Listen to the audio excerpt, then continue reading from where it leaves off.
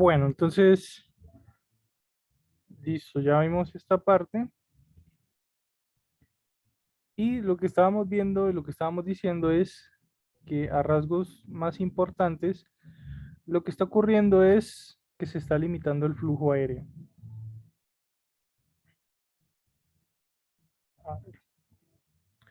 Entonces acá nos habla de EPOC moderado, leve y EPOC severo. Acá nos está mostrando una imagen de cómo sería un bronquiolo y cómo sería un alvéolo a nivel normal. ¿Sí? Entonces, ¿cómo sería el alvéolo normal? Miren acá, se ve el alvéolo completamente abierto, ¿sí? Y acá estas pequeñas proporciones sería como la elasticidad, o sea, esto es un reflejo de qué tanto se podría estirar un alvéolo. Entonces acá en la inspiración vemos que en la inspiración es cuando tomamos aire, ¿no? O sea, cuando el aire viene hacia adentro. Entonces, como está ingresando el aire, el alvéolo se va a abrir, ¿cierto? Se va a abrir. Y estas puntas rosadas que ustedes ven acá es como un reflejo de qué tanto se podría estirar, ¿sí? O cómo sería de fácil estirarse a este alvéolo. Ya en la expiración, que es cuando el aire va hacia afuera, ¿sí? Expiración es cuando botamos el aire, ¿cierto? Botamos el aire hacia afuera. Entonces, el alvéolo se va a estrechar, ¿sí? Como lo vemos acá. Se va cerrando el alvéolo, ¿sí? Porque ya no necesita estar abierto, porque ya no va a estar lleno de aire, ¿sí? Es como un globo, para que ustedes se hagan cuenta de lo que estoy tratando de explicar acá. Es como un globo cuando tú le soplas aire, el globo se expande, ¿cierto? Y luego dejas de soplar, sueltas el globo y pues el globo vuelve a su estado normal, ¿sí o no? Ahora miremos acá cómo sería en un EPOC moderado, ¿sí? Entonces vemos que el alvéolo ya no se puede estirar tanto como antes, por eso se dice pérdida de la elasticidad, y no se va a llenar tanto de aire como antes, ¿sí? El espacio verde que ustedes ven acá sería el espacio que está ocupando el aire dentro del alvéolo. Entonces el alvéolo, al no poder estirarse, pues entonces el aire no va a entrar completamente ni va a llenar todo el espacio que sí antes llenaba cuando era más elástico. Esto en la inspiración, porque en la expiración, mírenlo acá, ¿sí? Y en el EPOC severo, miren acá, el alvéolo a duras penas le entra algo de aire, ¿sí? El punto verde es el aire, la cantidad de aire, y dice que ya no solo hay pérdida de la elasticidad, sino también una pérdida de la estructura alveolar. O sea, hay un daño dentro del alvéolo. Y en la expiración, cuando el aire va hacia afuera, ¿cierto? Miren acá, cero de aire, colapsado totalmente el alvéolo. Entonces lo que nos está diciendo aquí es, hay un atrapamiento de aire y una hiperinsuflación, y eso nos lleva a una disnea. ¿Se acuerdan que era disnea? Dis de dificultad, nea, respiración, ¿no? Entonces, dificultad o dolor para respirar, eso es disnea, con una disminución de la capacidad de ejercicio. Claro, es que si tienes dificultad o dolor para respirar, créame que usted no va a querer salir a trotar en las mañanas, ¿cierto? ¿Sí? Si todo te cuesta trabajo hasta para tomar aire, pues a duras penas vas a salir corriendo para tu trabajo, ¿no? Vas a preferir ir caminando que trotando, ¿cierto? O vas a preferir coger un autobús que subirte a una bicicleta, porque el dolor o la discapacidad o la incapacidad para poder respirar bien no te va a dejar, no vas a poder hacerlo. Y pues obviamente eso a largo plazo va a deteriorar tu estado de salud. ¿Ya?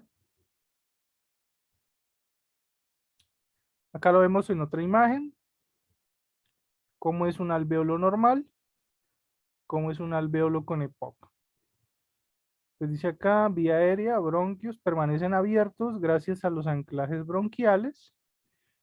Y en el EPOC, dice acá, hay hipersecreción de mucosa, ojo ahí, porque esa mucosa empieza a ocupar espacio dentro del alvéolo, ruptura de los anclajes bronquiales, es decir, enfisema pulmonar, e inflamación de la mucosa. La vía aérea se va a ver obstruida por pérdida de los anclajes bronquiales, inflamación, mucosa y fibrosis y obstrucción de la luz bronquial por exceso de moco. Historia clínica, entonces vamos a ver acá, dice paciente con EPOC, comienza con sus síntomas a partir de los 40 años. La intensidad de la exposición al tabaco debe ser cuantificada por el índice de paquetes año. En los casos de EPOC por inhalación de humo, debe recogerse el tiempo de exposición de al menos 10 horas al día. Y el EPOC leve puede que no tenga ningún síntoma. Bueno, entonces para traducirles, el nivel de exposición al cigarrillo, acá nos está diciendo, lo medimos por cuántos paquetes en promedio esa persona se fumó al año. ¿Cuántos paquetes de cigarrillo? No cuántos cigarrillos, paquetes de cigarrillo se fumó esa persona al año. ¿Ya? Entonces, una forma de más o menos hacer este cálculo es preguntarle al paciente, usted le pregunta al paciente, buenas tardes, señor, necesitamos saber cómo era su hábito para fumar. Usted nos podría decir más o menos cuántos paquetes o cajetillas de cigarrillos se fumaba usted al día o a la semana, ¿sí? Entonces el paciente pues te puede decir, no, pues yo me fumaba media cajetilla al día, o no, yo me fumaba una cajetilla entera al día, pues, es un fumador empedernido. Hay gente que se fuma una entera, incluso hay gente que se fuma dos enteras, eso es un caso gravísimo. Pero sí, hay gente que se fuma media o una cajetilla entera al día, ¿sí?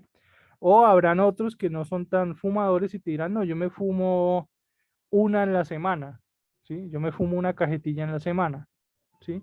O media cajetilla en la semana o dos cajetillas en la semana. Entonces, más o menos así se va sacando el cálculo de cuántos se fumaban en un año, ¿sí? Con que te dé el día, lo que se fumaba por día o por semana, tú ya puedes ya sacar un cálculo aproximado, porque si, por ejemplo, te dan el dato por día, pues simplemente lo multiplicarías por los 365 días que tiene el año, y si te dan el dato por semana, pues simplemente lo multiplicas por el número de semanas que tiene el año. ¿Listo? Entonces, esa es la forma. Aquí dice, en los casos de EPOC por inhalación de humo, debe recogerse el tiempo de exposición de al menos 10 horas al día. Entonces dice acá,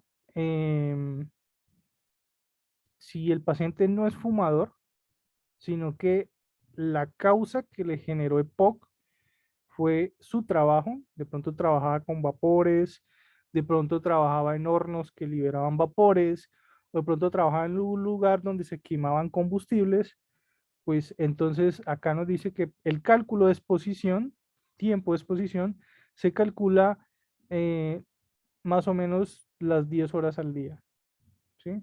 ¿Cuántas horas trabajaba? Sí, generalmente, si trabajaba 10 horas al día expuesto a estos gases, pues es un candidato para que tenga EPOC. Valoración física y valoración clínica y exposición física.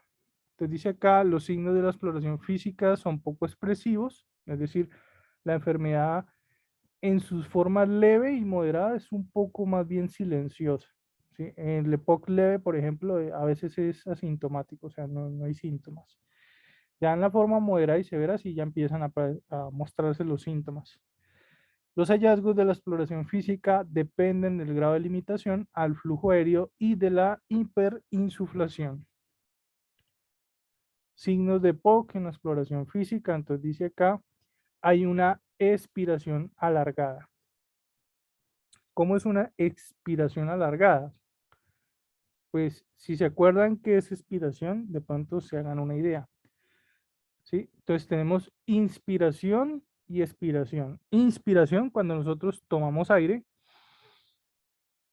¿cierto? Llevamos el aire hacia adentro de los pulmones, eso es inspirar o inspiración. Y expiración cuando botamos el aire de nuestros pulmones, ¿sí? Entonces, eso es expiración. Entonces, ¿qué es una expiración alargada? Pues es un paciente que en el momento en que va a botar el aire, ¿sí? En su ciclo expiratorio se demora mucho, se demora muchísimo, ¿sí? Eso es una expiración alargada. Insuflación del tórax. Entonces, el pecho se ve como si estuviera muy insuflado de aire, ¿sí? A eso es lo que se hacía referencia en las diapositivas anteriores cuando hablaba de hiperinsuflación. Auscultación pulmonar. Ojo que este dato es importante. Se escuchan sibilancias. ¿Se acuerdan cuando yo les puse el audio de los ruidos respiratorios?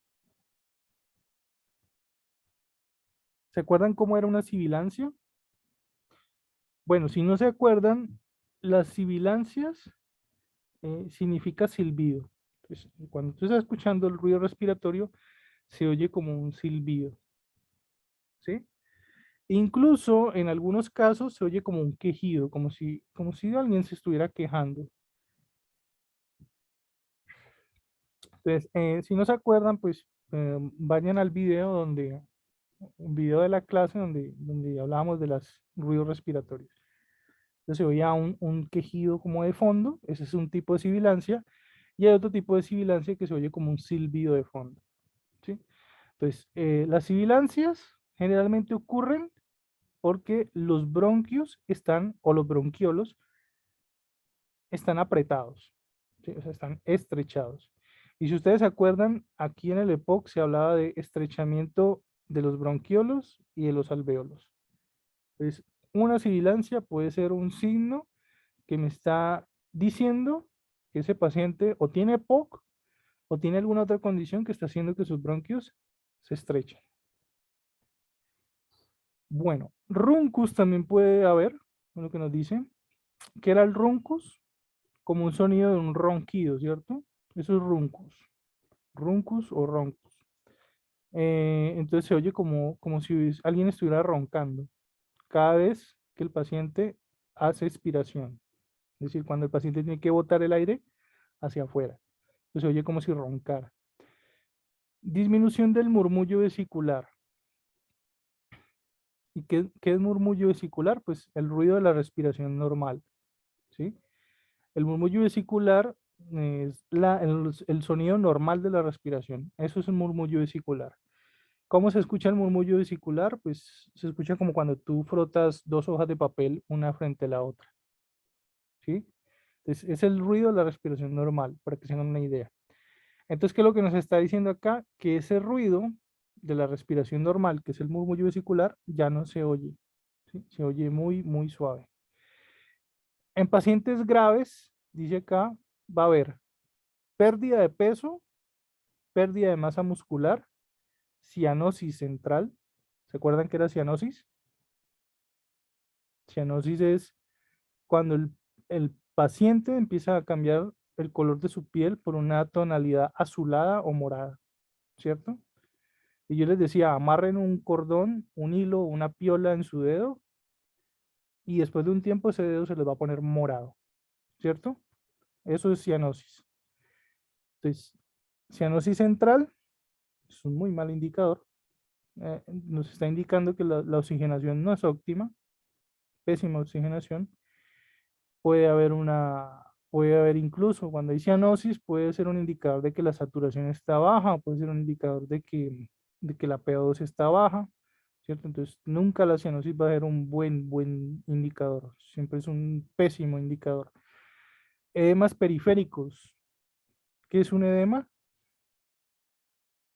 Pues un edema es retención de líquido en un tejido, ¿cierto?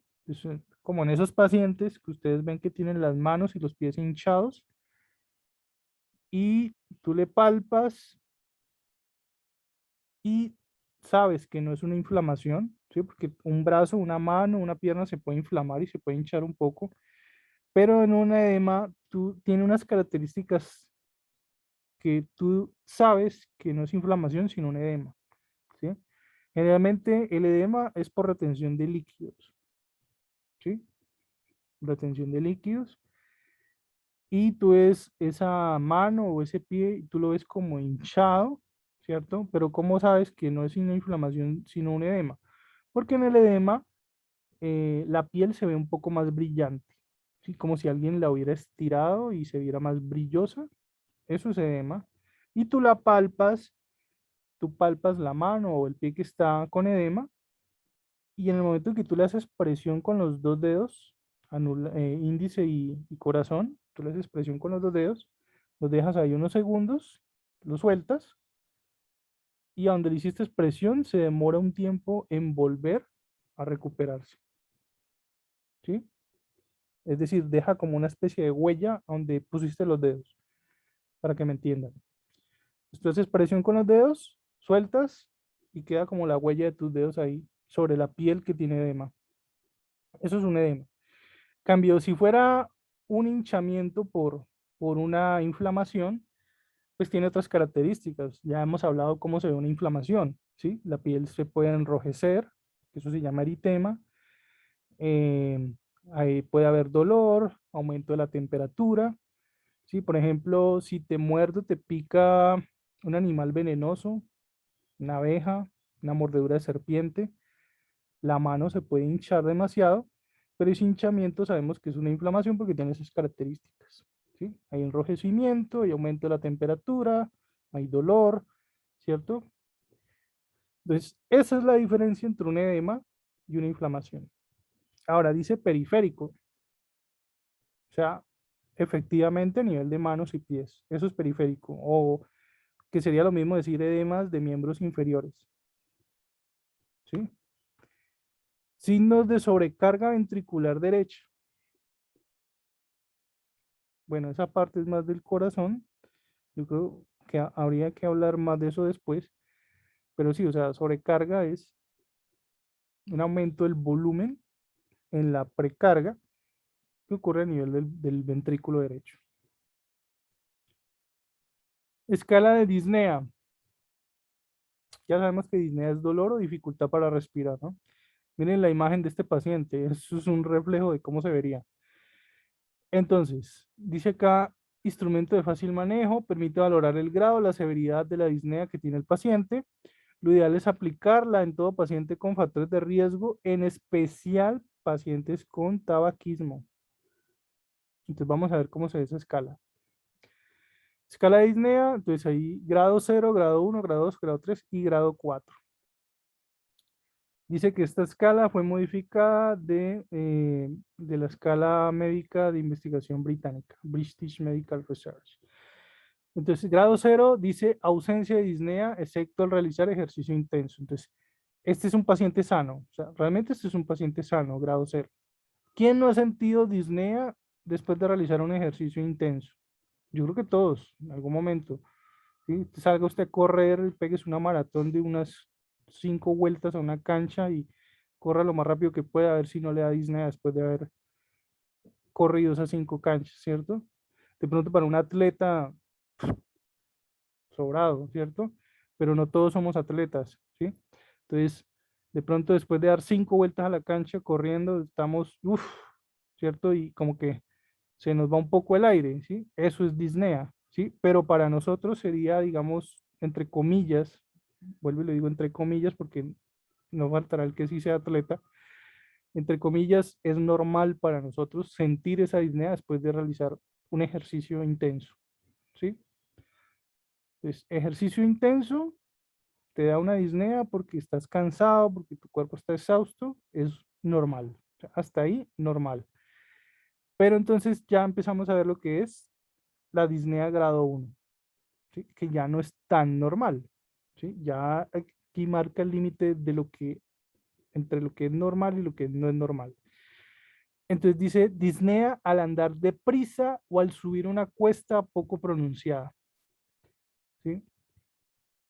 Pues No es, miren que en ningún momento está diciendo que después de subir una escalera de 3, 4 pisos, porque pues, efectivamente hay gente que después de subir unas gradas de un cuarto piso esté cansada y podría ser normal, sobre todo si ya estás en una edad avanzada, si eres mayor de 50 años, pues es normal para un adulto de 50 que subir unas escaleras de primer al cuarto piso, pues esté cansado, pues sigue siendo normal, ¿cierto?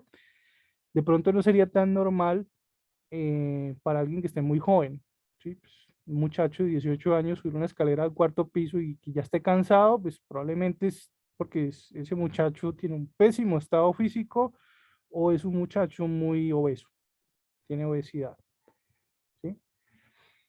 Bueno, entonces no es tan normal. Por eso aquí yo ya empiezo a decir que ya marcamos el límite entre lo que es normal y lo que no es normal, ¿sí?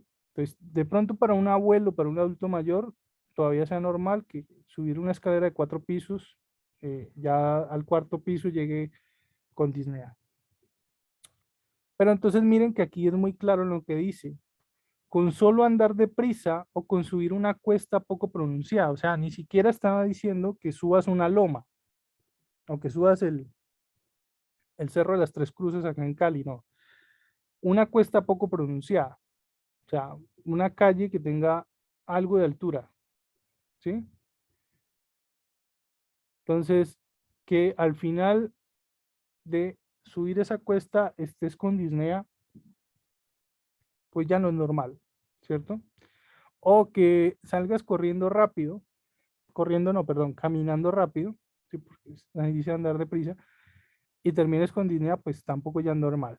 O sea, o tienes un muy mal estado físico, o realmente tu disnea ya es algo patológico. Pero no lo veo más por el lado de lo físico, ¿sí? O sea, tendrías que ser una persona, vuelvo y lo digo, tendrías que ser una persona muy obesa, con muchos kilos de más, para que te sientas agitado por caminar deprisa.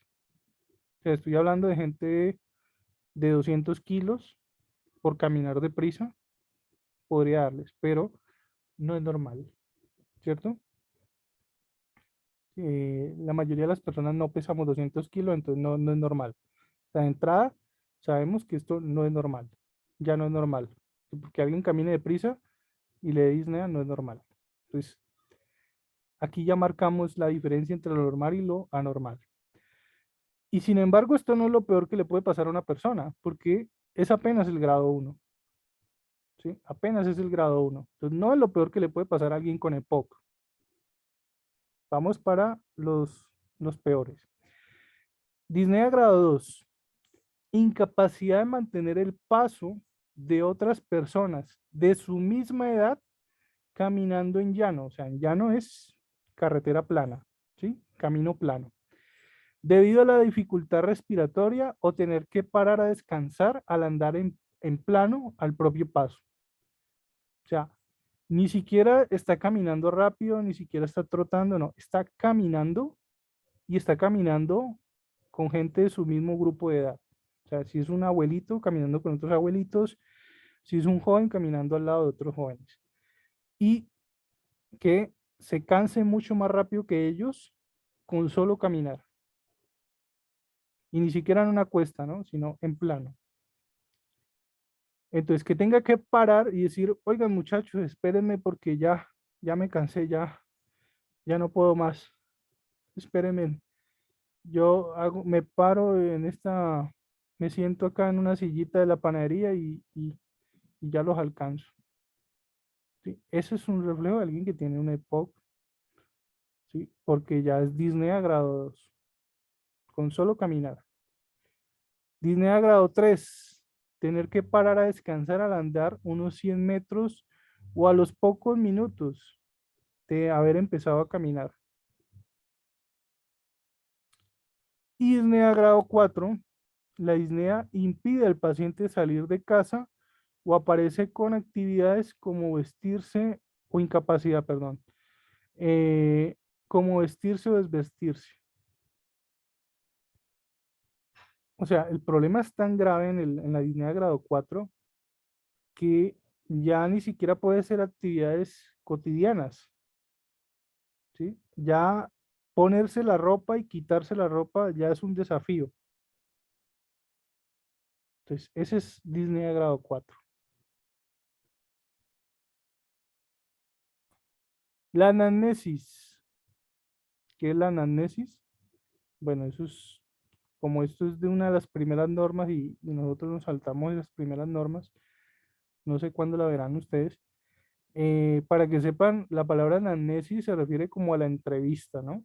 La entrevista que tú le haces al paciente, cuando tú le preguntas al paciente cuál es su nombre, su edad, su número de seguro social, cuáles son sus antecedentes personales, qué enfermedades familiares hay, qué enfermedades traumáticas ha tenido, como fracturas, qué alergias tiene. Sí, toda esa parte de la entrevista, todo lo que tú le preguntas al paciente, eso es anamnesis. Entonces, en anamnesis hay que preguntarle, primero que todo, por obvias razones, primero preguntarle si es fumador.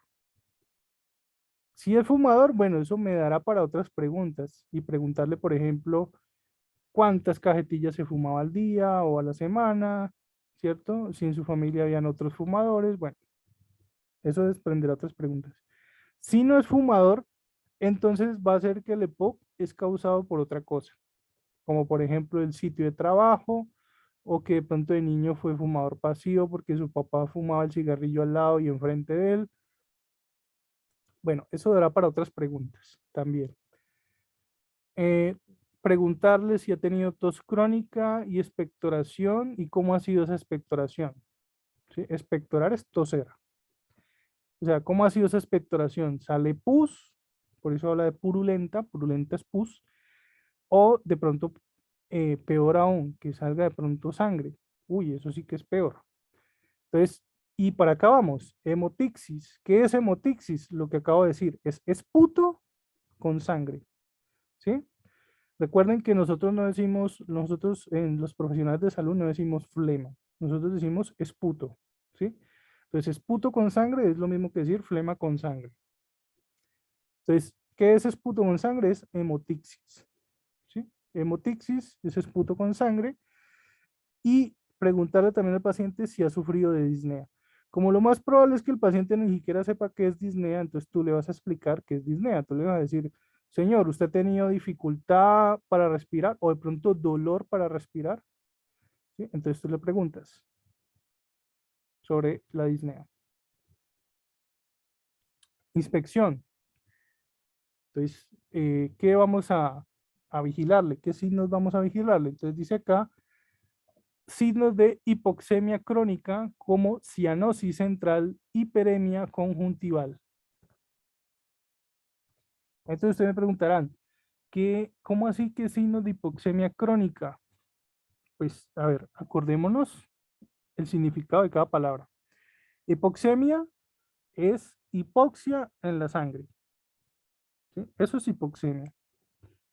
¿Y qué es hipoxia en la sangre? Pues hipoxia es una disminución de la cantidad de oxígeno que hay en un tejido. En este caso, como estamos hablando de la sangre, entonces disminución de la concentración de oxígeno en la sangre, ¿sí?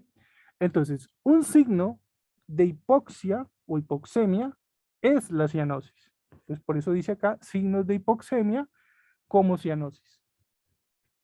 ¿Qué es cianosis? Pues ya lo expliqué. Es esa coloración azulada o morada de la piel.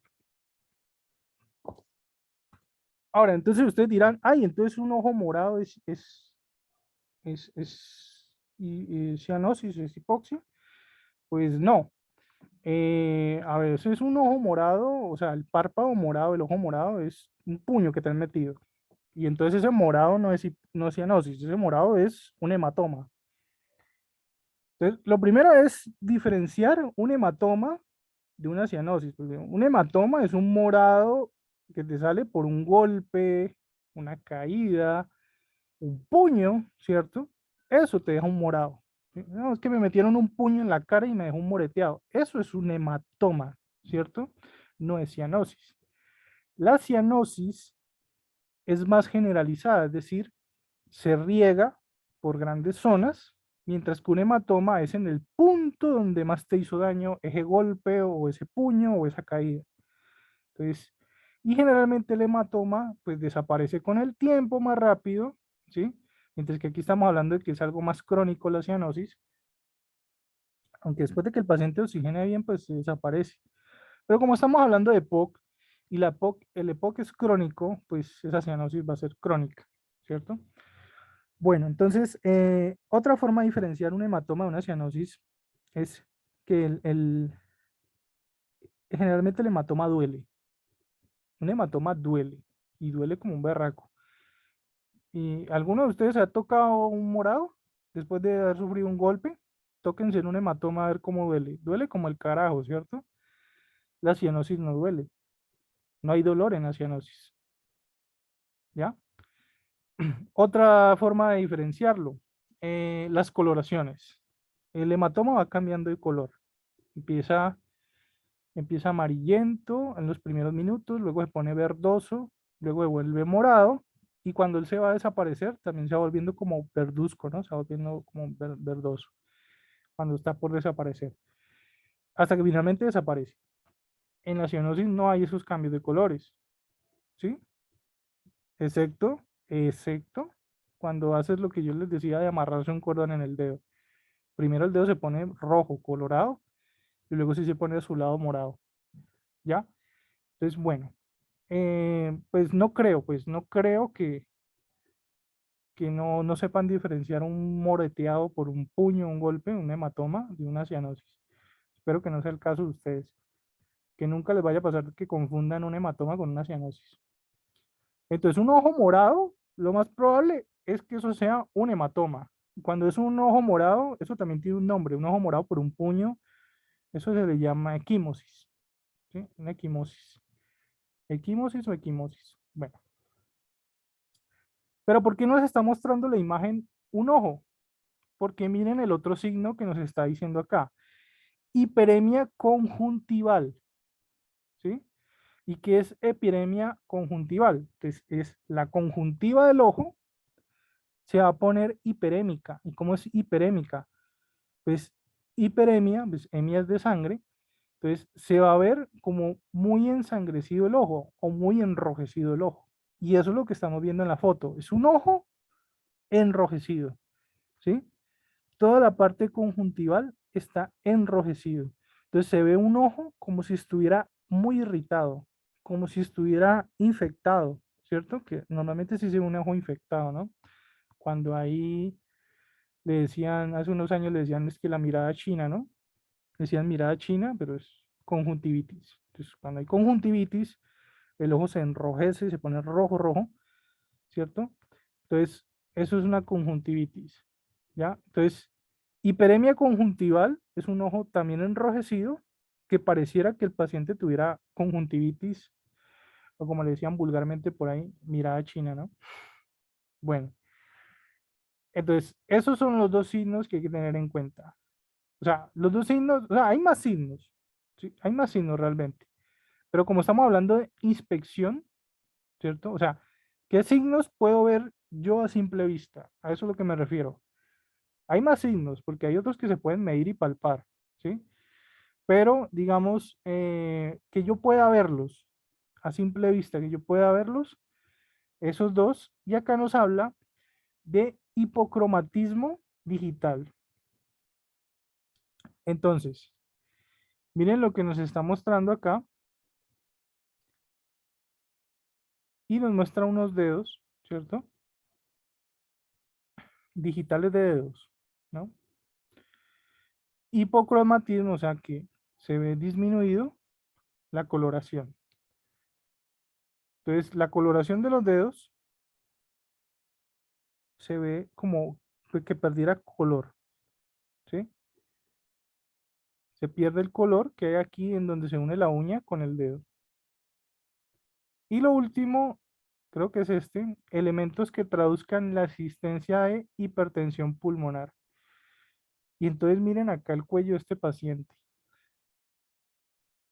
Mírenle ese vaso sanguíneo.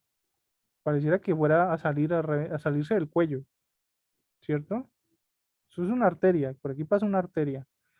Tanto así que esa se palpa y tiene pulso. Entonces, pareciera que la arteria se le fuera a reventar o a salir del cuello, ¿sí? Pero no es porque la arteria esté deformada o no es porque la arteria se vaya a dañar, no. Es por la hipertensión que se está generando. Se genera una hipertensión, pero miren que esta no es una hipertensión común y corriente a las hipertensiones que hemos hablado de pronto antes. Aquí miren el apellido, hipertensión pulmonar. Entonces es una hipertensión a nivel de la arteria pulmonar y finalmente aparece este signo. Palpación. Dice signos de hipercapnia como vasodilatación con piel caliente. Entonces, hipercapnia, para que lo sepan, de pronto cuando hablamos de gases arteriales, era un aumento del nivel de PCO2. ¿Se acuerdan cuánto era lo de PCO2 normal en las arterias? Gases arteriales de 35 a 45 milímetros de mercurio. Entonces, todo lo que esté por arriba de 45 milímetros de mercurio es hipercapnia o un paciente que está hipoventilado. Bueno, dice acá vasodilatación con piel caliente, pero piel caliente en la zona sobre todo del tórax, ¿no? La hiperinsuflación se manifiesta por el aumento del diámetro anteroposterior del tórax. Entonces, miren lo que nos dice acá. La hiperinsuflación, ya les dije que era un pulmón superinsuflado de aire, ¿cierto? ¿Y cómo se observa eso? Pues que el tórax está aumentado el diámetro, pero miren que nos dice diámetro anteroposterior del tórax. Entonces, es toda esta parte del tórax está aumentado el diámetro. Descenso de la hipomotilidad diafragmática. Entonces, el diafragma está descendido y no se mueve casi. Por eso dice hipomotilidad. O sea que está disminuida la movilidad del diafragma. Ya les había dicho que el diafragma era el músculo de acá abajo, que está debajo de los pulmones, y que es el que empuja hacia arriba para que el aire salga más fácil. Movimiento paradójico de los espacios intercostales inferiores y uso de músculos respiratorios accesorios. ¿Qué significa esto? Que otros músculos que están en el cuello, en la espalda y en el tórax van a tratar de ayudar para que la persona respire bien. Por eso dice uso de músculos respiratorios accesorios. Y pues eso también tiene unas complicaciones, ¿sí? Eso va a hacer que la respiración sea más forzada, ¿sí? El hecho de tener que usar músculos para apoyar esa parte significa que tu respiración es mucho más forzada. En los niños, o sea, si estuviéramos hablando de niños, esto se vería como tirajes, pero como estamos hablando de adultos y abuelitos, bueno, en abuelitos muy delgados, de pronto sí se vean los tirajes, ¿sí? Ya en otro momento les explicaré qué es eso de los tirajes, porque es algo importante. Creo que una vez se los mencioné, pero de pronto pasó desapercibido. Ya volveremos a hablar en otro momento de los tirajes, porque es un signo bastante importante que me evidencia de que la respiración está sufriendo y está haciendo uso de músculos de más para poder respirar bien. Y pues eso cansa, eso desgasta, eso genera un desgaste en el paciente. Bueno, niñas, vamos a dejar hasta ahí. Ya son las 4:23.